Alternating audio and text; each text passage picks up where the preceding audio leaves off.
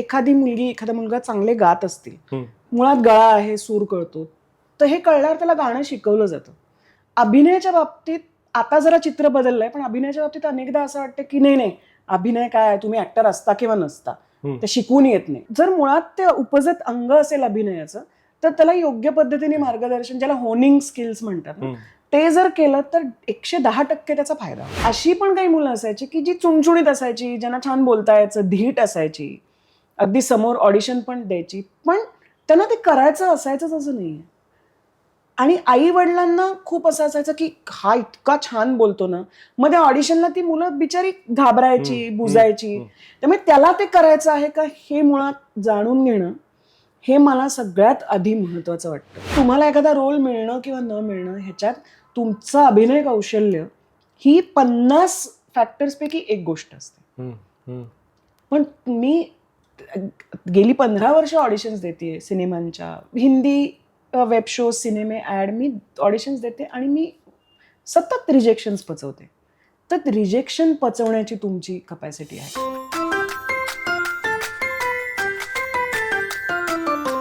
नमस्कार, मी डॉक्टर भूषण शुक्ल, बालमानसोपचार तज्ज्ञ. आम्ही पालक या सिरीजमधला आजचा दुसरा एपिसोड, त्यामध्ये मी आपलं सर्वांचं स्वागत करतो. विशेष कलागुण असलेल्या मुलांचं पालकत्व वेगळ्या प्रकारे करावं लागतं का, ते गुण कसे ओळखायचे, त्याचं पुढे काय करायचं, त्याच्याबरोबर काळज्या काय घ्यायच्या, या सर्व विषयांवर आपण आज बोलणार आहोत. आणि आज आपल्या अतिथी आहेत विभावरी देशपांडे. विभावरीची ओळख करून देणं हा फार अवघड प्रकार आहे, कारण कलेच्या माध्यमातून इतक्या विविध क्षेत्रांमध्ये विभावरींनी उच्च दर्जाचं काम केलेलं आहे की त्यातला कुठला भाग आज निवडावा हा माझ्यापुढे मोठा प्रश्न आहे. पण आज आपण अभिनयाबद्दल बोलत असल्यामुळे मी तिच्या अभिनय आणि या लेखन या भागाची आधी ओळख करून देतो. विभावरींनी BA सायकॉलॉजी केलेलं आहे आणि मास कम्युनिकेशनमध्ये मास्टर्स केलेलं आहे. आणि हे सर्व करत असताना तिला नाटक आणि स्क्रीनची आवड फार लहानपणापासून झालेली होती, त्यामुळे ती त्या विषयामध्ये काम करत होती. ग्रिप्स थिएटरच्या माध्यमातून विभावरी पहिल्यांदा स्टेजवर आलेली आहे. तुम्हाला माहिती असेल, ग्रिप्स थिएटर ही जर्मन मूव्हमेंट आहे की जिथे लहान मुलांची नाटकं आणि लहान मुलांचे रोल ही मोठी माणसं करतात आणि त्यातनं लहान मुलांच्या अत्यंत जिव्हाळ्याचे आणि महत्त्वाचे विषय हाताळले जातात. गेली जवळजवळ 30 वर्ष विभावरी ग्रिप्स थिएटरशी असोसिएटेड आहे. सुरुवातीला आर्टिस्ट म्हणून आणि त्यानंतर लेखक म्हणून, दिग्दर्शक म्हणून विभावरींनी ती चळवळ भारतामध्ये पुढे नेलेली आहे. पुरुषोत्तम करंडक आणि केशवराव दाते चषक जे मराठी माणसासारखी अभिनयाची आणि थिएटरशी रिलेटेड सर्वात उच्च पुरस्कार आहेत. म्हणजे उद्या मराठी माणसाला ऑस्कर मिळाला ना तरी त्यांना पुरुषोत्तम करंडक हे आधी सांगावं लागेल. हे पुरस्कार मिळवलेली, या स्पर्धा गाजवलेली विभावरी आहे. त्यानंतर विभावरींनी अनेक राष्ट्रीय पुरस्कार विजेत्या मराठी चित्रपटातून काम केलेलं आहे, जे तुम्ही बघितलेलं आहे. श्वास, नटरंग, हरिश्चंद्राची फॅक्टरी, सातच्या आत घरात, या सर्व चित्रपटांमधून आपण विभावरीला बघितलेलं आहे. आणि आता हिंदी वेब सिरीजमध्ये सुद्धा विभावरीला आपण बघतो आहोत. टिकली आणि लक्ष्मी बॉम्बमध्ये आपण विभावरीला बघितलेलं आहे. अनेक हिंदी वेब सिरीजमधनं बघितलेलं आहे. माझ्या मते मी नमनालाच घडावर तेल टाकतो आहे. विभावरी, पण तुझी ओळख करून द्यायची म्हणजे त्याला तेवढा वेळ द्यायला पाहिजे, कारण तू इतक्या वेगळ्या वेगळ्या गोष्टी करतेस. सो माझा पहिला प्रश्न असा आहे की तुला स्वतःला केव्हा लक्षात आलं की आपल्याला ऍक्टिंग आवडतं बाबा? आता मी आठवायचा प्रयत्न केला तर मला खूप लहानपणी, म्हणजे मी शाळेत असताना, मला आठवतंय पहिली दुसरीत जेव्हा गॅदरिंगची नाटकं बसवली जायची तेव्हा मला कधी त्या नाटकांमधनं काम करायला मिळालं नाही. त्याची विविध कारणं असावीत, पण मला त्याच्या तालमी चालायच्या वर्गातच, असे ऑफ पिरियड असतात वगैरे त्याला. आणि मला तेव्हा असं लक्षात यायचं की मला त्या बाजूला जायचंय, ऑन दी अदर साईड. मला काम करायचंय, मला अभिनय करायचाय. मला अख्खं नाटक पाठ असायचं आणि त्या काम करणाऱ्या मुलींना अनेकदा त्यांचीही वाक्य पाठ नसायची, पण मला ते सगळं येत असायचं. आणि मला असं सुरसुरी येते ना आपल्याला आतनं की हे मला करायचंय, हे मला करायचंय. तर तेव्हा इतकं क्लिअरली आपल्याला हेच करिअर म्हणून करायचंय हे तर अजूनही माझं ठरलेलं नाहीये. पण तेव्हा असं जाणवत होतं की ही माझी स्पेस आहे. हे आता वेन आय लुक बॅक मला ते आठवतं. ते कॉलिंग मला खूप लहानपणापासून होतं, 7व्या-8व्या वर्षापासून. मग इतर विविध गोष्टी मला आईने शास्त्रीय संगीत शिकवलं, ते मी शिकले 7-8 वर्ष. कथक नृत्य शिकले, ते आवडायचं मला कारण आर्टिस्टिक इन्क्लिनेशन होतं. पण हे आपली स्पेस आहे हे खूप लहानपणापासून मला जाणवलं होतं, कळलं होतं. पण तुझं घरातलं वातावरण खूप वेगळं होतं. हो. म्हणजे आम्ही सगळेजण कल्पना करू शकत नाही इतक्या साहित्यिक हो. आणि एनरिच्ड वातावरणामध्ये तू वाढलेली आहेस. घरात पुण्यातलं सर्वात फेमस पुस्तकांचं दुकान, हो. त्यानिमित्ताने मिळणारे साहित्यिक आणि मनीषाताईंची तू मुलगी येस. की संस्कृत, मराठी वाङ्मय, अगदी स्वतःचं लिखाण, या सर्व गोष्टी होत्या. तर ह्याचा त्याच्याशी काही संबंध होता का? नाही, खूपच संबंध आहे. म्हणजे मला असं वाटतं की ते संचित काहीतरी तुम्हाला मिळालेलं असतं आणि तुम्ही काय वातावरणात वाढता. म्हणजे आमच्या घरात कधीच ही गाडी घेतली, हे मोठं घर घेतलं अशा, आणि ह्याच्यात काही चांगलं वाईट नाही म्हणते मी, ओरिएंटेशन घराचं काय पण हे असतं विषय नव्हते हे बोलायचे. विषय कधीच नव्हते.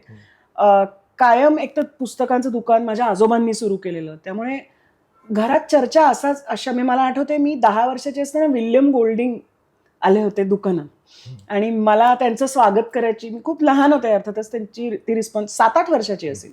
तर तेव्हा विल्यम गोल्डिंग कोण आहेत हे माहिती नव्हतं, पण ते ते घेऊन मी वाढले. अरुंधती रॉय आली होती मी 12-13 वर्षाची असताना, जेव्हा तिला बुकर मिळालं होतं तेव्हा मी सहज गॉड ऑफ स्मॉल थिंग्स वाचलं होतं. तर कुठेतरी लहानपणापासून मी हे ऐकायचं की कुमार गंधर्व आई बाबांच्या लग्नाच्या आदल्या रात्री घरी गायले होते, किंवा किशोरीताई असं म्हणल्या होत्या की अच्छा हिला येता नाही का आलं तुमच्या सुनेला, म्हणजे माझ्या आईला, आपण घरी बसू, आणि मग ते घरी येऊन गायला. त्यामुळे हे मी ऐकत आले. विजयराजाध्यक्ष आमच्या घरच्या होत्या. टाइम्स ऑफ इंडियाचे दिलीप पाडगावकर माझ्या वडिलांचे अत्यंत जवळचे मित्र. त्यामुळे ओव्हरऑल कल्चरल लिटररी क्षेत्रात आई बाबांचा सहज वावर होता. पुस्तकाच्या दुकानांमुळे बाबांची सगळ्यांची खूप जवळनं इंटरॅक्शन होती. माझी आई PhD होती मराठी काव्याची, त्यामुळे तेच सगळं घेऊन मी वाढले. पण तरी तुझा भाऊ इंजिनियर झाला. माझा भाऊ इंजिनियर झाला आणि कुठेतरी एक तर तो खूपच अकॅडमिकली आणि सगळ्या दृष्टीने खूपच बुद्धिमान आहे, आणि त्यावेळेला तुम्ही इंजिनियर तरी होता किंवा डॉक्टर तरी होता, तुम्ही हुशार असाल. त्यामुळे तो आपसूक त्या वळणाने गेला. पण लहानपणापासून आमच्याकडे एक क्लिअर डिस्टिंक्शन होतं की मुन्नू म्हणे, ऋषिकेश त्याचं नाव, तो बुद्धिमान आहे आणि विभा खूप क्रिएटिव्ह आहे. असं लहानपणापासून एक नॅचरली ओरिएंटेशन घरात पण होतं. कारण साधं साधं असतं ना की आपण सगळेजण भेटले, नातेवाईक आले तर गाणं म्हण ग, तर मी पटकन उठून गाणं म्हणायचे, घाबरायची नाही कधीच नाही, किंवा मला कधी आग्रह करायला पण लागायचा. ही महत्वाची गोष्ट असते का लहान मुलांमध्ये, की जी मुलं न घाबरता 4 चौघांसमोर काहीतरी कला दाखवू शकतात, त्यांना ती स्पेस आणि ते स्टेज दिलं पाहिजे. पण अशी अनेक, म्हणजे माझ्याबरोबर माझी मावस बहीण होती जी लहानपण आम्ही खूप एकत्र असायचो, तर तिला नाही आवडायचं गाणं म्हणायला किंवा तिला गोष्ट सांगायला, पण खूप तिला असं तिची आई पुश करायची की बघ विभा बघ कशी करते, आणि तिला ते नाही आवडायचं. तर ते असं स्वच्छ, तेव्हाही मला असं कळायचं की तिला नाही आवडत तर का तुम्ही तिला पुश करता. तर हे क्लिअर दिसायचं की एखादी व्यक्ती is meant for the audience. जशी माझ्या मुलीला नाही आवडत, ती चांगली गाते, ती युकेलेले वाजवते, पण 4 लोक आले असतील आणि तिला समजा म्हणलं म्हण ग गाणं, तर तिला नाही आवडत. तर हे मला तेव्हा कळायचं की मला आत्ताही लहानपणी पण I want an audience. So that brings us to the next question, की आता तू कला क्षेत्रामध्ये इतक्या मोठ्या मोठ्या लोकांना बघितलेलं आहे, जवळून बघितलेलं आहे, तुला काय वाटतं ही शिकवून येणारी गोष्ट आहे का ही जन्मजात गोष्ट आहे? दोन्ही आहे. मला असं वाटतं अनेकदा, आता उदाहरणार्थ एखादी मुलगी एखादा मुलगा चांगले गात असतील, मुळात गळा आहे, सूर कळतो, तर हे कळल्यावर त्याला गाणं शिकवलं जातं. त्याला एक शास्त्रोक्त असेल किंवा सेमी क्लासिकल असेल, त्या स्किल्सना काहीतरी एक आकार दिला जातो. अभिनयाच्या बाबतीत आता जरा चित्र बदललंय, पण अभिनयाच्या बाबतीत अनेकदा असं वाटतं की नाही अभिनय काय, तुम्ही ऍक्टर असता किंवा नसता, ते शिकवून येत नाही. तर मला असंही नाही वाटत. तू नॉन ऍक्टर असशील किंवा कोणी नॉन ऍक्टर असेल तर त्याला तुम्ही कितीही शिकवून त्याला नाही ते करता येईल. पण जर मुळात ते उपजत अंग असेल अभिनयाचं, तर त्याला योग्य पद्धतीने मार्गदर्शन, ज्याला होनिंग स्किल्स म्हणतात ना, ते जर केलं तर 110% त्याचा फायदा होतो. म्हणजे तू सत्यदेव दुबेंबद्दल Exactly. बोलली होती की जे तुझे मेंटर आहेत तू त्यांना गुरुस्थानी मानतेस. अगदी अगदी. तर काय असतं त्यामध्ये वेगळं? म्हणजे मी तुला तर सांगते की मला खूप जसं मी म्हणलं लहानपणापासून मला असं वाटायचं की मला अभिनय करायचा आहे. पण आपल्याकडे जसं गाणं शिकणाऱ्याला गाणं शिकवणारे गुरु असतात, कथ्थक किंवा भरतनाट्यम पुण्यामध्ये तर खूप चांगले गुरु आणि क्लासेस आणि त्याचं एक व्यवस्थित सिस्टमॅटिक शिक्षण दिलं जातं. मी जेव्हा लहान होते तेव्हा असा अभिनय शिकवणारी त्याचं एक टेक्निक किंवा त्याचं जे शास्त्र आहे ते शिकवणारं असं काही नव्हतं. काही वर्कशॉप्स वगैरे व्हायची पण एक अप्रोच असतो ना, मेथॉडिकल अप्रोच असतो, तसं काहीच नव्हतं. माझ्या सुदैवाने आई माझी तेव्हा लोकसत्ता आणि इंडियन एक्सप्रेसमध्ये नाटकांवरती परीक्षण लिहायची, त्यामुळे तिची अनेक लोकांशी संपर्क असायचा. आणि त्यावेळेला प्रोजेक्ट कन्नगी म्हणून महाराष्ट्रीय कलोपासक राजाभाऊ नातूंनी एक प्रोजेक्ट केला होता. त्याच्यात त्यांनी सत्यदेव दुबे जे खूप मोठे थिएटर गुरु, मोठे दिग्दर्शक, ज्यांनी अमरीश पुरी, नसीरुद्दीन शहा, रत्ना पाठक शाह यांचे ते गुरु, त्यांना पुण्यात बोलवलं होतं आणि त्यांनी एक्सटेन्सिव्ह 15 दिवसाची वर्कशॉप्स घेतली होती, रोज 6.5 तास.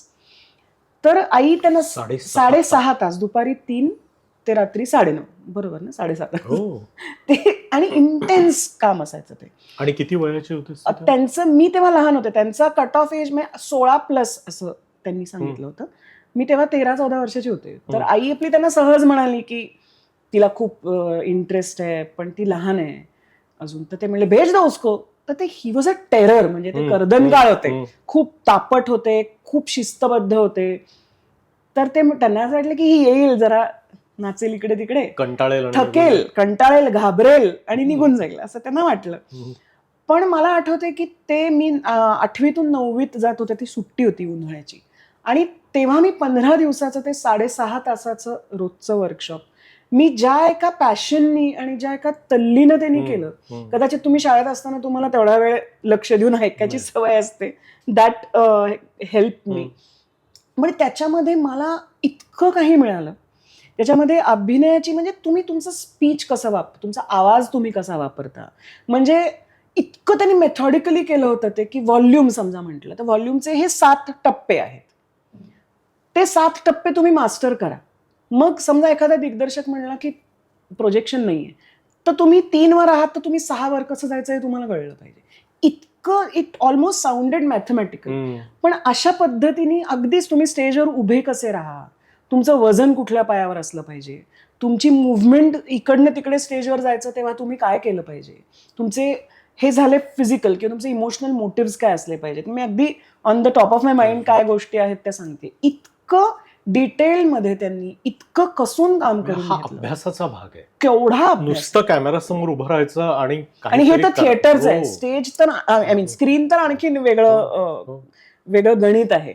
पण तुमचे बेसिक्स तिथेच तयार होतात ना, की काय म्हणतोय दिग्दर्शक. समजा म्हणाला की मला ना ह्याच्यात तुला तुझा मोटिव्ह काय मला कळत नाहीये, तू हे बोलतेस चांगलं पण तुझा मोटिव्ह कळत नाही, तर म्हणजे काय बाबा, तुझी इमोशनल मेमरी काय आहे, तू इमोट कर. असं अनेकदा म्हणतात ना की अगदी त्या सीनमध्ये चटकन डोळ्यात पाणी येतं एखाद्या उदाहरणार्थ, तर ती इमोट करत असते. तर तू इमोट कर म्हणजे काय, तर ह्याचं एक ग्रामर आहे, ह्याचं एक टेक्निक आहे. जसं शास्त्रीय संगीताचं कुठल्याही कलेचं ग्रामर असतंच ना. तर ते तुम्हाला शिकायला जर मिळालं आणि ते जर तुम्ही योग्य वयात, आणि मला तो एज हा फॅक्टर खूप क्रुशल वाटतो, की तुम्ही त्या फॉर्मेटिव्ह वयात असता, त्याच्यात तुमचं सगळं बेसिक्स फॉर्म होतात. आणि त्यामध्ये दुबेजींनी मला अभिनय आणि त्याचे टेक्निक्स तर शिकवलेच, पण त्यांनी दृष्टी दिली खूप महत्वाचं, म्हणजे की अभिनय, थिएटर आणि ओव्हरऑल आयुष्याकडे बघण्याची दृष्टी जी मिळणं आवश्यक असतं ती दुबेजींमुळे मला तिकडे मिळाली. कारण तोपर्यंत असं होतं की मी बरी गायचे, पण मला आतून कळत होतं की आपलं हे कॉलिंग नाहीये.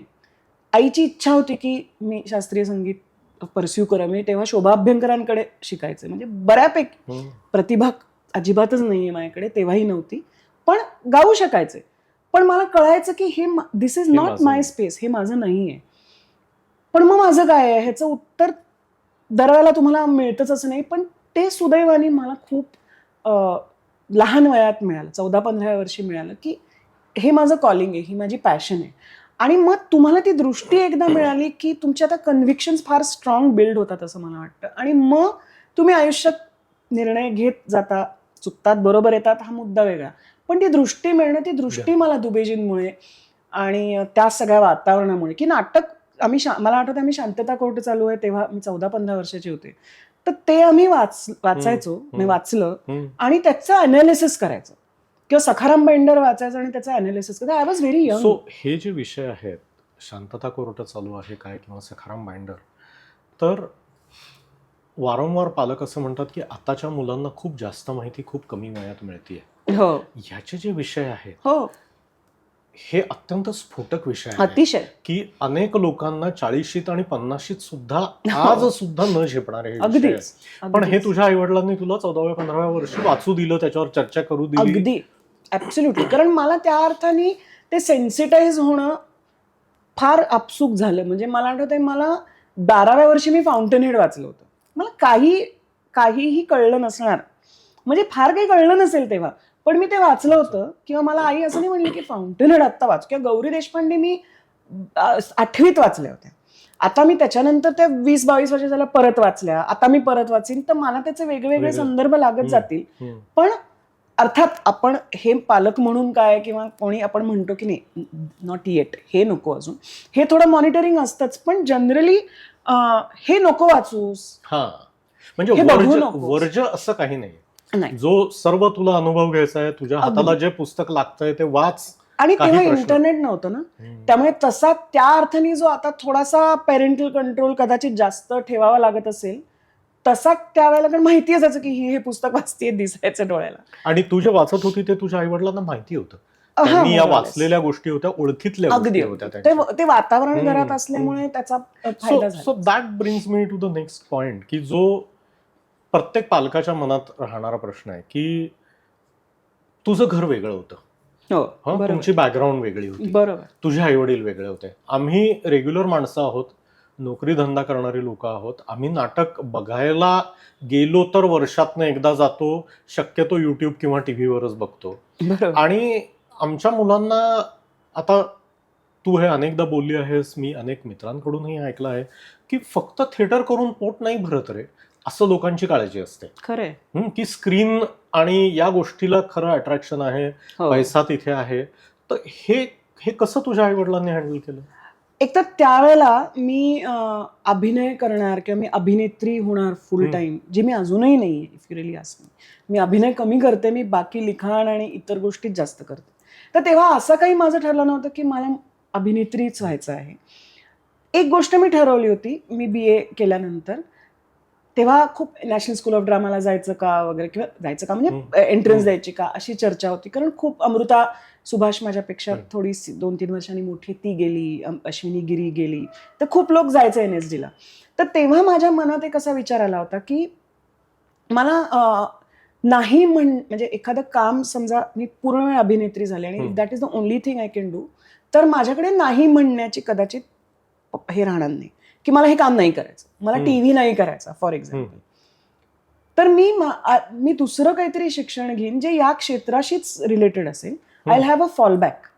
म्हणून मी मास कम्युनिकेशन केलं. मी ऑलरेडी असिस्ट करायला लागले होते रंगाला, श्रीरंग गोडबोल्यांना. आमचं तेव्हा टेलिव्हिजन जस्ट सुरू झालं होतं, म्हणजे independent Marathi channels, alpha Marathi तेव्हा सुरू झालं होतं, ETV. तर मी मास कम्युनिकेशन केलं जेणेकरून तो एक पॅरलल माझा हे होता. पण हे त्याच्याशी संबंधित होतं. म्हणजे अनेक पालक जे मी बघतो की मुलांना म्हणतात की तू इंजिनिअरिंग कर, किंवा तू CA हो, किंवा तू लॉ कर, किंवा तू डॉक्टर हो, म्हणजे तुला एक स्टेबल काहीतरी राहील. आणि मला बरेचदा असा प्रश्न पडतो की हे जे सर्व शिक्षण आहेत किंवा हा जे व्यवसाय आहे, हे दिवसाचे 24 तास खाऊन टाकणारे व्यवसाय आहेत. बाकी काही करायला वेळ शिल्लक राहत नाही. पण ना ते थोडंसं दुधारी आहे. म्हणजे आत्ताचा काळ खूप वेगळा आहे. म्हणजे आता आपल्या मुलांना आपण खूप वेगळ्या पद्धतीने फ्रीडम देऊ शकतो आणि अगदी कन्व्हेन्शनल प्रोफेशन मधले आई वडील पण आता मुलांच्या करिअरकडे वेगळ्या दृष्टीने पाहू शकतात. कारण या सगळ्या प्रोफेशन्सना काहीतरी स्पेस आहे, स्टेबिलिटीची शक्यता आहे, पैसे मिळण्याची शक्यता आहे. पण जेव्हा आपण त्या फेजमध्ये होतो की आता करिअर म्हणून काय निवडायचं, तेव्हा एक स्टेबल करिअर निवडावं असा आग्रह असणं हे त्या अर्थाने योग्यच होतं असं मी म्हणेन आई वडिलांना. कारण मला माहितीये की माझ्या बरोबरचे सगळे ज्यांनी हे करिअर निवडलं, अभिनय हे, त्यांनी ज्या पद्धतीने काम केलंय गेल्या 20 वर्षात आणि ज्या एका अनस्टेबल, इन्सिक्युअर, व्होलेटाईल, मानसिक, फिजिकली, मेंटली, इमोशनली इतकं, it's a very very very difficult profession. त्याच्यातनं जाण्याची आपली तयारी आहे का?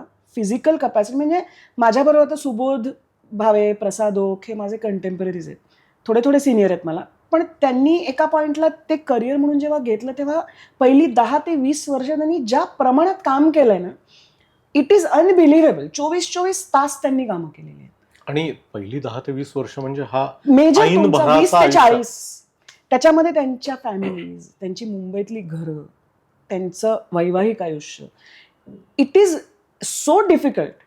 तर तुमची ती टेनॅसिटी आहे का, तुमच्याकडे तो रेझिलियन्स आहे का माणूस म्हणून, ते तुम्ही स्वतः बघणं हे खूप आवश्यक आहे, जे त्यांनी केलं. आणि आज आम्ही अनेकदा असं होतं की त्यावेळेचे आमचे इतर जे कंटेम्पररीज होते, ज्यांनी पुरुषोत्तम केले, जे कोणी मेडिकलला होतं, कोणी इंजिनिअरिंगला होतं, कोणी आणि कुठे होतं, ज्यांनी आपापली खूप स्टेबल, सिक्युअर प्रोफेशन्स निवडली, ते आता एका स्टेजला आहेत प्रोफेशनली, ते आर सिक्युअर्ड, आणि आता ते म्हणतात यार आता आम्ही ते करायला पाहतो, बघा ना. तर तेव्हा मला असं वाटतं की तुम्ही आता या लोकांना बघताय, सुबोध काय, प्रसाद काय, अमृता काय, पण तुम्ही 20 वर्ष त्यांनी त्यांचे काय struggle पाहिलं तर तुम्ही बघितलेलं नाही. पाहिलेलं नाहीये. And it is so difficult. It is, तर तुम्ही तेव्हा एक असं मला वाटतं की तुम्ही you chose a very secure, stable profession. त्याचे चॅलेंजेस असतील, नाही असं नाही, पण तुम्हालाच महिन्याच्या सुरुवातीला सॅलरी येत होती. तर तुम्ही माणूस म्हणून कसे आहात, तुम्ही कलाकार आहात, उत्कृष्ट कलाकार आहात, पण तुमच्याकडे माणूस म्हणून ती टेनॅसिटी आहे का, रेझिलियन्स आहे का, तुमची परिस्थिती घरची तशी आहे का, do you have a partner who will give you a stable income, do you have that understanding with your partner. या सगळ्या गोष्टींचा विचार करून हे प्रोफेशन निवडणं फार आवश्यक होतं. पण हे आई वडील म्हणून जर बघायचं म्हटलं की हे आपलं मूल आहे, त्याला 4 चौघांसमोर काहीतरी करून दाखवायला आवडतं आणि ते अगदी मनापासून करतोय किंवा आरशासमोर प्रॅक्टिस करतो आहे, त्याच्यासाठी वाचतो आहे, आपल्याबरोबरच बसून तोच टीव्ही बघताना या मुलाला त्या 4 गोष्टी वेगळ्या दिसत आहेत, बरोबर, ह्याची कुठेतरी एक अंदाज जाणीव यायला होते. लागतो मुलं अगदी. 8-10 वर्षाचं असताना. अगदी. तर मग त्याच्या पुढे पालकांनी ह्याचं काय करायचं असतं? त्याला काय करायचं हे विचारावं मुळात. कारण त्याला अनेक मुलं अशी असतात. आता आम्ही सिनेमांसाठी म्हणजे चिंटू चित्रपट आम्ही केला, खूप मुलांना, आम्ही 250-300 मुलांना ऑडिशन केलं त्याच्यामध्ये. तर त्याच्यामध्ये अनेकदा असंही दिसायचं की त्या मुलाला खरंच आतून ती भूक आहे, त्या मुलाकडे काम करण्याची, 12-12 तास शूट करण्याची, त्याच्यासाठी जे काय लागेल ते करण्याची कपॅसिटी आहे. अशी काही काही मुलं असायची, प्लस त्याच्याकडे प्रतिभा आहे. अशी पण काही मुलं असायची की जी चुणचुणीत असायची, ज्यांना छान बोलता यायचं, धीट असायची, अगदी समोर ऑडिशन पण द्यायची, पण त्यांना ते करायचं असायचंच असं नाहीये. आणि आई वडिलांना खूप असं असायचं की हा इतका छान बोलतो ना, मग त्या ऑडिशनला ती मुलं बिचारी घाबरायची, बुजायची. मग आई वडील मध्ये यायचं की घरी एकदम मस्त तो घरी बोलतो आरशासमोर किंवा तुमच्या समोर, त्याच्यासाठी ते खूप फेमिलियर हे असतं. इथे 2-3 लोक बसले, ते कॅमेरा लागला, इट इज व्हेरी इंटिमिडेटिंग. त्यामुळे त्याला ते करायचं आहे का हे मुळात जाणून घेणं, हे मला सगळ्यात आधी महत्वाचं वाटतं. आणि तुम्हाला, मला असं वाटतं आपल्यालाच आपलं मूल सगळ्यात जास्त कळतं, कोणाही पेक्षा जास्त, म्हणजे कळायला हवं आयडियली. तर त्याचा जर तसा हे असेल, किती उत्तम अभिनय करत असेल, पण त्याची जर तशी इच्छा नसेल नाटकात काम करण्याची किंवा स्क्रीनवर, तर त्याला पुश करू नये, त्याला ट्रेन करावं की तू वर्कशॉप्स कर, तू तुझी जे तुझ्या टॅलेंट आहे त्याला कसं होन करायची ती स्किल्स हे बघ, तू तयार हो. आणि आई वडील घाई करतात, भयंकर घाई करतात, कारण दिसतं ना ते स्क्रीनवर.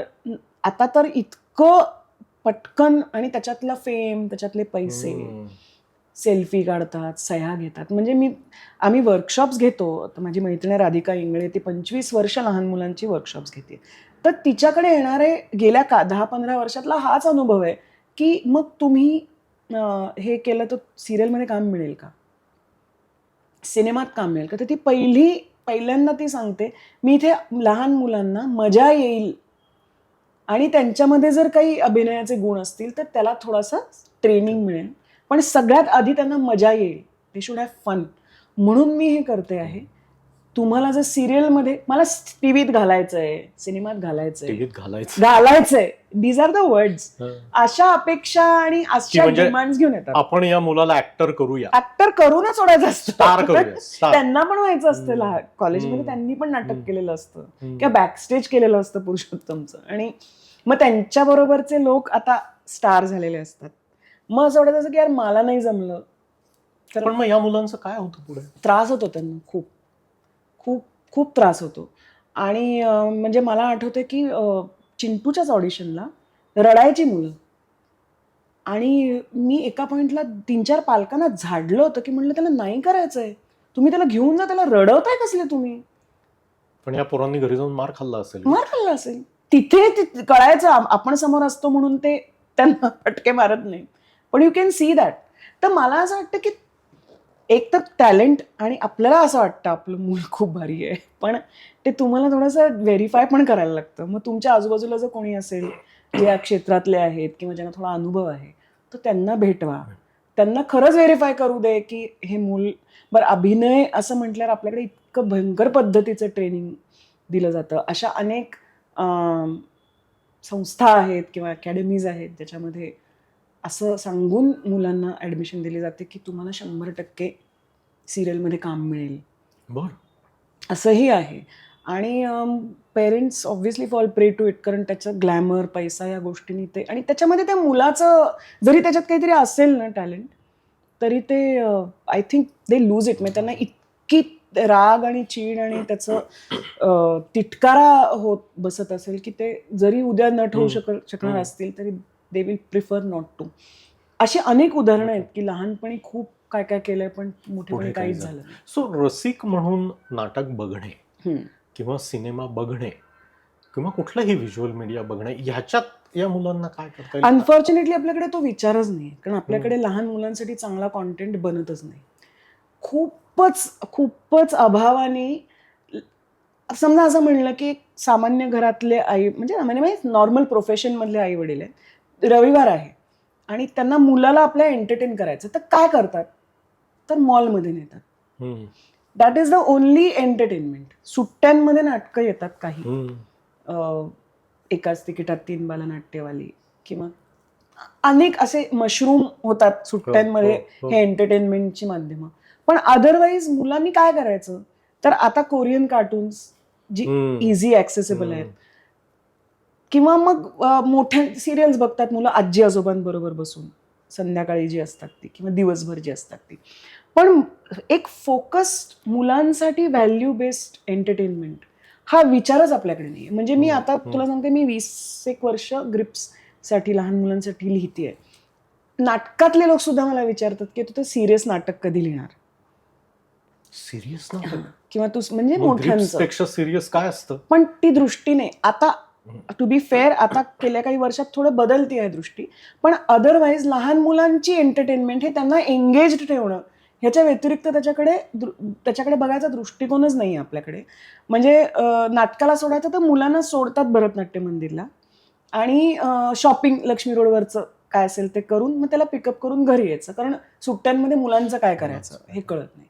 तर मला असं वाटतं की मनोरंजन हे मुलांचं मनोरंजन अत्यंत गंभीरपणे घेण्याची गोष्ट आहे, कारण इतकं काही त्याच्यातनं मुलांपर्यंत आपण पोचवू शकतो, त्यांना देऊ शकतो, आणि त्यांचं सगळंच फॉर्म होतं ना. मग तुम्ही त्यांना काय वाचायला देताय, तुम्ही त्यांना सेन्सिटाईज करताय का तुम्ही बरं आता इंटरनेटमुळे सिनेमे जगभरातले तुम्हाला, पण ह्याचा अवेअरनेस पालकांनाच. पण हे कुठून शोधायचं की चांगला चित्रपट, चांगले नाटक का सगळं बघायचं आणि त्यातनं शिकत राहायचं? नाही, मला असं वाटतं की थोडीशी ना, म्हणजे आम्ही अनेक ठिकाणी पिचिंग करतो टेलिव्हिजन चॅनल्सना, तर कारण आमचा व्यवसाय इंडियन मॅजिक या कंपनीबरोबर मी काम करते, तर वी आर प्रोड्युसर्स. तर अनेक ठिकाणी मी लहान मुलांचा कॉन्टेंट घेऊन जाते. माझ्याकडे 3 ते 4 असे चांगले वेब शोजचे, सिरियल्सचे रेडी पिचेस आहेत की आपण मुलांसाठी हे करूया, पण चॅनल्स म्हणतात की नाही, ह्याला काही स्पेसच नाही आहे. तर ती स्पेस नाही आहे, त्यामुळे टेलिव्हिजन सारख्या माध्यमात ते केलं जात नाही त्यामुळे बघायला कोणी नाही आहे, आणि बघायला कोणी नाही आहे म्हणून ते केलं जात. तर मला असं वाटतं की समजा तुम्हाला असं दिसलं की या मुलामध्ये एक आर्ट आहे, म्हणजे अभिनयाची क्षमता आहे, तर तुम्ही अवेअर राहा कुठल्या काय योग्य, काय त्याला कुठलं एक्सपोजर द्यायचं, कुठल्या वर्कशॉपला घालायचं, ह्याचा थोडा अंदाज घ्या. ॲक्सेसिबल आहेत त्या क्षेत्रातले लोक, त्यांच्याशी कम्युनिकेट करा आणि त्याला तुम्ही त्या आर्टिस्टिकली समृद्ध कसे करू शकता त्याच्या लहान वयात हा थोडा एक्स्ट्रा प्रयत्न करा. त्याला टीव्हीत कसं फोटोशूट्स करून घेतात लहान लहान मुलांची, इट इज नॉट निडेड, त्याच्यावर पैसे खर्च करतात. त्याच्याऐवजी खरं त्याला चांगली नाटकं दाखवा त्यांना, चित्रपट दाखवायला पाहिजे, पुस्तकं आणून. आणि मला असं वाटतं घाई करू नका, भयंकर घाई आहे. म्हणजे डान्स करणारी मुलगी समजा भरतनाट्यम शिकत असेल तर तिला अरंगेत्रम करायला 10 वर्ष काय जी असली 10 वर्ष द्यायला लागतात, मग ती 10 वर्षांनी पहिल्यांदा स्टेजवर येते. मग अभिनयाच्या बाबतीतच कशासाठी एवढी घाई आहे? कारण शिकण्याचे आपण डायरेक्ट हुशार मुलं असेल त्यांना डायरेक्ट मेडिकल एंट्रन्सला नाही बसवत ना, त्याला शिकवायला 10 सगळं he has to go through that. मग अभिनयासाठी हे आवश्यक नाहीये, हे हा समज कुठनं आला? असतात नैसर्गिक अभिनय करणारे लोक असतात, ते एक्सेप्शनल असतात, ह्याच्यात शंकाच नाही. आणि तसं तुमचं मूल असेल, पण ते training is only going to help him, not going to take away his natural art. तर मला असं वाटतं की अभिनयाच्या बाबतीत स्पेसिफिकली तुम्हाला तुमच्या मुलाला समजा या क्षेत्रात जावं त्यांनी अशी इच्छा असेल तर तुम्ही स्वतःला विचारा की तुम्हाला त्याला का त्या क्षेत्रात घालायचं आहे. कारण आज असं आपण मगाशी बोलताना की ॲक्टर्सना खूप पैसे मिळतात, ॲक्टर्सना खूप ग्लॅमर असतं, खूप काय फॉलोईंग असतं, अमकं असतं ढमकं. तर पण ही बाय प्रोडक्ट्स आहेत, it is not that art. आणि अनफॉर्च्युनेटली आत्ता असं प्रोजेक्शन आहे की by products have become more important than the art. आणि कलाक्षेत्रात काम करणाऱ्या लोकांची पण आता ही खूप मोठी गल्लत झालेली आहे, किंवा दे हॅव चोजन दॅट की माझा फोकस म्हणजे अभिनेत्री असेल एखादी जी एस्टॅब्लिश्ड अभिनेत्री आहे, ऑफकोर्स या सगळ्याला एक्सेप्शन्स आहेत, मी सरसकट विधान करत नाही आहे, पण जनरली तिचा एफर्ट किंवा त्याचा एफर्ट काय असतो की स्टायलिस्ट, माझा सोशल मीडिया मॅनेजर, माझा PR, हे सगळं ठीक आहे, पण are you working on your art? तू मूळ तुझं जे इक्विपमेंट आहे त्या साधनेचं तू नवीन काय करतो? तू थिएटर करतेस का? तू त्याच्यात काही नवीन करायचं म्हणजे गाणारा जसं रियाज करतो तसं तू काय करतेस? तू फोकस फक्त माझं सोशल मीडिया फॉलोईंग कसं वाढेल, माझं स्टायलिंग कसं, हे सगळं आवश्यक आहे, मी नाही असं म्हणत नाही, तुम्ही जर त्या एका स्पेसमध्ये असाल तर. पण तर हे तुम्हाला लहानपणीच त्या मुलाला हे सांगायला पाहिजे की महत्वाचं काय, की तू ती कला म्हणून त्याची साधना करणं आवश्यक आहे. त्याच्यात तू सतत, म्हणजे परवा मी असं कुठेतरी पाहिलं, एक बमन इराणी का कोणीतरी इंटरव्ह्यू दिला होता, मला कोणी ते आठवत नाही. Naseeruddin Shah, after he had become Naseeruddin Shah, Peter ब्रूकच्या नाटकात 5 मिनिटाची भूमिका करायला 1 वर्षाचा ब्रेक घेऊन लंडनला गेले, when he was already Naseeruddin Shah. तर असं झालं की 5 मिनिटाचा रोल होता फक्त त्या नाटकात.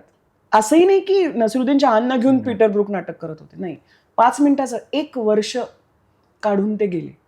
कारण ते म्हणले की मी ऍक्टर म्हणून अजून रेलेव्हंट आहे की नाही हे टेस्ट करायचं असेल तर मला तिकडे जायला हवं. पण ही केवढी हिंमत आहे, केवढी हिंमत आहे, आणि ही केवढी ह्युमिलिटी आहे, आणि हा केवढा म्हणजे तुम्ही ग्रो होत राहण्याची भूक आहे.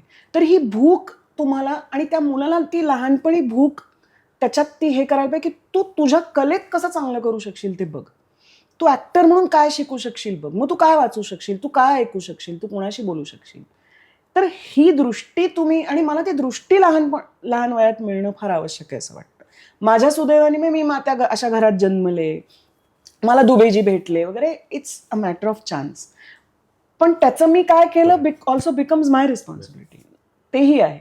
तर मला ते मुलांमध्ये करायला पाहिजे पालकांनी असं वाटतं, आणि खरंच एक ऑब्जेक्टिव्हिटी पालकांमध्ये असणं फार आवश्यक आहे असं वाटतं. पण ऑब्जेक्टिव्हिटी जेव्हा आपण बोलतो आहोत तेव्हा मला दुसऱ्या टोकाचा एक प्रश्न तुला विचारायचा आहे की एका बाजूला हे सर्व ग्लॅमर आहे, हा पैसा आहे, हे लोकांचं प्रेम आहे, आता त्याला प्रेम म्हणायचं का आवड म्हणायची हा भाग वेगळा आहे, पण हे सर्व आहे.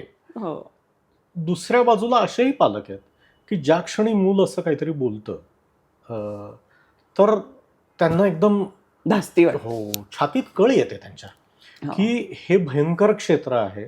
म्हणजे जो अगदी पूर्वी बालगंधर्वांना जो त्यांच्या आईवडिलांनी उपदेश दिला असेल किंवा कानपिचक्या दिल्या असतील त्याच्यासाठी हे भयंकर आहे. मुलगा म्हणून तर तुला चान्सच नाही, चान्सच कारण मोठ्या लोकांची मुलं आहेत. मुलगी म्हणून तर हे अजून भयंकर आहे. तर तू याच्या फंदातच पडू नकोस. हे तर असतंच आणि ते टू सम एक्सटेंट व्हॅलिड पण आहे. कारण त्या क्षेत्राच्या बाहेरचे जे लोक असतात त्यांना या फील्डचं एक खूप विचित्र प्रोजेक्शन असतं की मुलींसाठी सेफ नाही आहे. मग कास्टिंग काउच वगैरे असे मोठमोठे शब्द वापरले जातात. पुरुष असेल तर त्याला स्टेबिलिटी नाही आहे, इनसिक्युरिटी आहे. हे सगळं खरं आहे, ह्याच्यात काहीच खोटं नाही आहे. पण त्याचबरोबर हेही खरं आहे की तुम्ही या क्षेत्रामध्ये किती स्ट्रॉंग ग्राउंडिंगवर उभे आहात. तुम्ही इथे का आहात ह्याची तुमची स्वतःची क्लॅरिटी काय आहे, तुमची ॲम्बिशन काय आहे, तुम्हाला काय व्हायचं आहे आणि त्यासाठी तुम्हाला compromise is a very bad word, पण तुम्हाला काय करायची तुमची तयारी आहे आणि काय नाही करायची तुमची तयारी आहे. ह्याविषयी तुमची क्लॅरिटी असेल तर या क्षेत्रामध्ये तुम्ही अतिशय कम्फर्टेबली आणि शांतपणे तुमचं काम करत राहू शकता. एखादी गोष्ट करायची, फॉर एक्झाम्पल मला PR ही गोष्ट जमत नाही. मग असंही असतं की you have to be in the right at the right time in the right place. तुम्ही काही विशिष्ट सोशल ओकेजन्सना, अवॉर्ड फंक्शन्स असतील, काही स्पेसिफिक पार्टीज असतात, ह्याच्यात तुम्ही तिथे तुमचा प्रेझेन्स असेल तर you on the top of everybody's mind.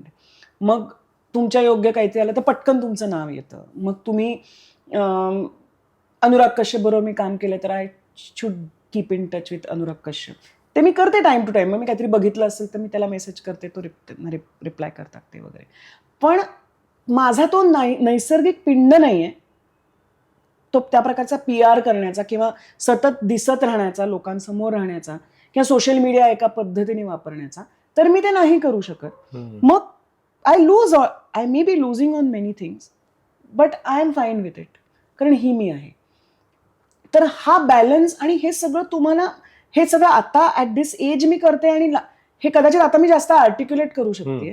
पण मी जेव्हा लहान होते तेव्हा सुद्धा मला आतून हे माहिती होतं की मी हे करू शकते, मी हे करू शकत नाही. तर तुमच्या मुलाला समजा अभिनेता व्हायचं आहे तर तुम्ही त्याला त्याची पूर्ण कल्पना द्या. तुम्हाला कल्पना नसेल कारण तुम्ही त्या क्षेत्रातले नाही आहात तर तुम्ही योग्य लोकांना त्यांना भेटवा. त्यांच्याशी अनेक लोक मला भेटतात की मी इंजिनियर आहे पण आता मला अभिनेता व्हायचं आहे, मी आर्किटेक्ट आहे आता मला अभिनय करायचा. तर त्यांना मी म्हणते की एक तर बाबा तू नको करूस, मग तुझं सगळं आहे ते गाशा गुंडाळून तू करू नकोस. तू हे करून बघ, तू शॉर्ट फिल्म करून बघ, तू असं काहीतरी करून बघ जिथे तुला खरंच टेस्ट करता येईल की तुला खरंच हे शक्य आहे. म्हणजे आता हे असं इतकं नाही ना की तुम्ही एक तर थिएटर करता आहात नाहीतर तुम्ही बॉलिवूड किंवा ह्याच्यात आहात. केवढे ॲव्हेन्यूज आहेत आणि आता युट्यूब आणि या सगळ्या माध्यमांमुळे तुमचं एक प्रोफेशन जे काय आहे, काय लॉयर असाल, अमुक असाल तमुक असाल, ते करून सुद्धा तुमच्या ज्या क्रिएटिव्ह ॲस्पिरेशन्स आहेत त्या तुम्हाला जोखून पडताळून बघण्याची तुम्हाला संधी आहे. ऍडव्हर्टायझिंग ही केवढं आहे ते करून बघा तुम्ही. आणि मग तुम्हाला समजा असं वाटलं की हा, आणि तुम्ही यू बी अवेअर, तुम्ही तुमच्या मुलाला याची कल्पना द्या की हे खूप इन्सिक्युरिटी असणार आहे, प्रचंड कॉम्पिटिशन असणार आहे, भयंकर अनसर्टन्टी असणार आहे. म्हणजे मी तुला सांगते, मी 400 ऑडिशन्स दिल्यात ॲड्सच्या, मी 2 ॲड्स केल्यात.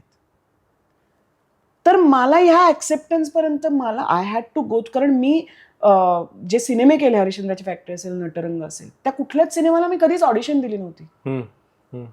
थिएटर करत होते त्याच वेळेला थिएटरचे लोक सिनेमा करायला लागले होते, एकातनं दुसरं मित्रमंडळी होती. परेश माझा मित्र आहे, रवी जाधव बरोबर मी एक ॲड केली होती, त्याच्यातनं मी नटरंग केला. पण मी ऑडिशन कधीच दिली नव्हती आणि तू निवडली गेली होती. म्हणजे दे सॉ मी अँड त्यांनी काम पाहिलं होतं आणि मला काम मिळालं. माझा स्ट्रगल मी त्याच्यानंतर सुरू केला, म्हणजे माझ्या वयाच्या 32-33व्या वर्षी, आणि मी गेली 15 वर्ष ऑडिशन्स देते आणि मी रिजेक्शन्स आजवर रोज पचवते. And it is not easy, कारण सुरुवातीच्या काळात आपल्याला असं होतं, मला असं व्हायचं की मला एवढंही जमलं नाही, कारण तुम्ही जी ॲडची ऑडिशन, ॲड एस्पेशली दिलेली असते ती तुम्हाला दिसते नंतर स्क्रीनवर, पुन्हा दिसत राहते, पुन्हा दिसते, आणि आपल्याला असं वाटतं की हे मला जमलं नसेल, am I not good enough. तर it's not about you being good enough, it is about what that client wants. आणि तुम्हाला एखादा रोल मिळणं किंवा न मिळणं ह्याच्यात तुमचं अभिनय कौशल्य ही 50 फॅक्टर्सपैकी एक गोष्ट असते. पण मी गेली 15 वर्ष ऑडिशन्स देते सिनेमांच्या, हिंदीतल्या, मराठीत नाही ऑडिशन, सुदैवानी नाही द्यायला लागत अजून, पण हिंदी वेब शो, सिनेमे, ॲड मी ऑडिशन्स देते आणि मी सतत रिजेक्शन्स पचवते. तर रिजेक्शन पचवण्याची तुमची कपॅसिटी आहे का, जी अनेकदा आजकाल तर लहान मुलांना नकार घेण्याची सवयच पण नसते, हे तू म्हणते आहेस की तू स्वतः अनेक वेब सिरीज मध्ये काम केलं. हो, पण त्याच्या You have चौपट seen- ऑडिशन्स दिल्यात मी. आणि त्यात द्याव्याच लागतात until you reach a point. म्हणजे एक पॉइंट असा येतो जिथे तुम्हाला असं काहीतरी मिळतं की मग नाही मिळत, पण असं मिळू शकतं की अरे हा इथे हे वाजलं, आणि मग तिथनं तुम्हाला एकातनं दुसरं. आता अमृता सुभाष आता नाही देत ऑडिशन, किंवा देतही असेल, पण आता तिला चांगलं काम सहज तिच्याकडे येतं, कारण शी प्रूव्ड हरसेल्फ. तर त्या स्पेसमध्ये तर इतके फॅक्टर्स आहेत त्याच्यामध्ये. तर तुम्हाला तुमच्या मुलाला हे की ही अनसर्टन्टी आहे, you will have to be resilient, आणि do you want it that bad. म्हणजे तुला इतक्या डेस्परेटली अभिनय करायचा का, अभिनय करणं म्हणून, की त्याच्या बरोबर येणाऱ्या या 50 गोष्टी तू पचवून डिप्रेशन मध्ये न जाता, म्हणजे आम्ही कॉमनर ज्याला डिप्रेशन मध्ये जाणं म्हणतो, निराश नॉट मेडिकल, आशा न सोडता जे काय असेल ते, कारण आजकाल सहज हो. म्हणतात मी डिप्रेस झाली वगैरे, मेडिकली नाही म्हणत आहे मी, पण ते सगळं पचवण्याची तुझी कपॅसिटी आहे का ते बघ. आणि तरी सुद्धा जर तुम्हाला वाटलं की ती कन्व्हिक्शन आहे तुमच्या मुलाची, तर तुम्ही त्याला फॅसिलिटेट करा, योग्य लोकांपर्यंत पोचवा, आणि तुम्ही त्याला बॅक करा. म्हणजे तुम्ही म्हणा की मी आहे, की तुझं नाही झालं ना तर आय विल बी देअर. कारण नाहीतर you will make your child unhappy, असं पण मला वाटतं. पण एक्झॅक्टली काय आपल्याला येतं आणि नाही येत हे त्या मुलांनाही कळणं आवश्यक आहे, आणि ते तुम्ही त्यांना जाणवून देणं आवश्यक आहे की हे नाही होतं एवढं. आता पालक म्हणून तुला एक प्रश्न, की तू स्वतः एवढी धडपड केलेली आहेस, तू आता त्या क्षेत्रात आहेस, ऋषिकेश त्या क्षेत्रामध्ये आहे, तुझ्या ओळखी आहेत, इतक्या वर्षाचे संबंध आहेत, तर हे भयंकर टेम्पटिंग आहे की मी जो प्लॅटफॉर्म क्रिएट केला आहे माझ्या मुलांनी तिथून लॉन्च व्हावं. पण तू म्हणतेस की राधाला याच्यात काही फार भयंकर इंटरेस्ट नाही. इंटरेस्ट नाहीये तिला आत्ता तरी, म्हणजे, आणि कदाचित तिने पाहिलं आहे what we both go through, the good and bad of it. तर त्यामुळे तिला खूप पहिल्यापासून माहिती होतं की तिला हे करिअर म्हणून नाही करायचंय. ती आता नाटकात, माझ्याच नाटकात ती काम करते, शी इज एक्सप्लोरिंग, की तिला शी हॅज इट इन हर. अजून मला खूप कळलेलं नाही, आणि मी तिला पहिल्यापासून पुश नाही केलं. कारण मला आठवत आहे, मी खूप लहान, राधा खूप लहान असताना मला असं विचारलं, चिंटू नंतर एस्पेशली, की तुमची मुलगी काय करते का. नाही, मी एका ऍडचं शूट करत होते. म्हणजे लोकांना असं अझम्पशन असेल की जर तू काही बनवणार असशील तर त्याच्यात तुझी मुलगी असणारच. तर त्यांनी मला विचारलं की हिंदी ऍड होती कुठली तरी, की आपकी बेटी इस फील्ड में थी, और राधा 7-8 वर्षाची होती, इस फील्ड में नहीं है क्या. मतलब वो 8 साल की है. तो क्या हुआ, आप उसको लॉन्च नहीं करेंगी, आप इतनी बड़ी एक्ट्रेस है. मतलब मैं नहीं करूंगी उसको लॉन्च, उसको नहीं करना है. मी तिला विचारायचंय, मी चिंटूच्या ऑडिशन्स जेव्हा झाल्या तेव्हा मी तिला विचारलं होतं की तुला करायचंय का ऑडिशन. ती म्हणली मला नाही करायचं, मला लोकांसमोर उभं राहायची भीती वाटते. तिथे समजा मी म्हणलं नाही, हिला सभाधीट बनवायला पाहिजे. इफ आय हॅड पुश्ड हर, तर यू नो बेटर काय झालं असतं. पण तिला नाही येत त्याच्यात, आणि कदाचित ते पाणी त्या वळणावर येईल ऍट सम पॉइंट. पण आता तिचे खूपच वेगळे इंटरेस्ट आहेत. शी इज आर्टिस्टिकली इन्क्लाइंड. पण मला नाही असं वाटतं. ती खूप वाचते, ती पाहते, तिला हिस्ट्रीमध्ये इंटरेस्ट आहे, ती रिसर्च थोडीशी माझ्या आईसारखी आहे, तिला रिसर्च ओरिएंटेड आहे, तिला अँथ्रोपोलॉजी करायचंय. तर मला असं वाटतं की माझी मुलगी आहे म्हणजे तिने हे करायला पाहिजे, किंवा तिला हे आलंच पाहिजे. हा अगर माझ्या आईला याचा फायदा तिने करून, पण तिला समजा तिला ते करायचं असतं, आणि तिच्यात जर ते नॅचरली खूप, म्हणजे मला असं जरी झालं असतं ना, ती खूप लहान असताना मला एक एक्स्ट्रॉर्डिनरी तिच्यात टॅलेंट समजा दिसली असती, तर मी तिला थोडंसं पुश केलं असतं की नाही, तुला कंटाळा आलाय तरी तू हे कर, तुला. पण मला तसं नाही दिसलं, अजून नाही दिसलं. I am not underestimating her, पण मला अजून नाही दिसलं. आणि मग मला केवळ मी त्या क्षेत्रात आहे आणि मी तिला प्लॅटफॉर्म देऊ शकेन कदाचित, मला नाही प्लॅटफॉर्म देऊ शकत, उठून देईन. पण असं समजा वाटलं असं तर आय वुड हॅव पुश्ड हर, पण तसं नाहीये. तर मला वारंवार असं वाटतं की तुमचं मूल कसं आहे हे तुम्हाला, आणि ते तर तुम्हाला पेरेंट म्हणून आतून कळायला पाहिजे. इमोशन लेवलला, कदाचित अॅनालिटिकल लेवलला नाही कळणार तुम्हाला, पण ते तर कळायला पाहिजे ना की is my child ready for this. म्हणजे हे माझ्यासाठी चाललंय का त्याच्यासाठी चाललंय? हां. आणि ते बऱ्याचदा, म्हणजे मी एक प्रोजेक्ट आदिती नावाचं नाटक केलं होतं, रियालिटी शोज आणि मुलं या विषयावरचं.